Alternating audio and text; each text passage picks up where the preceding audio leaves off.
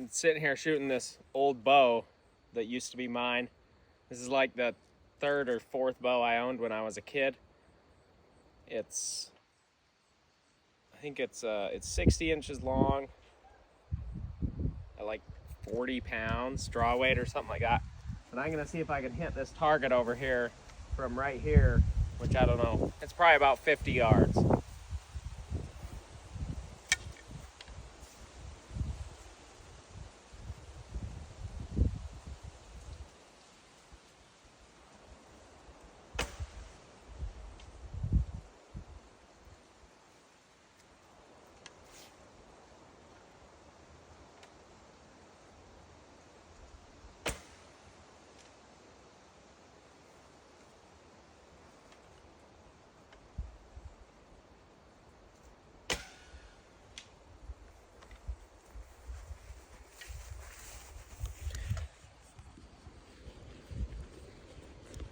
I didn't hit a surprise.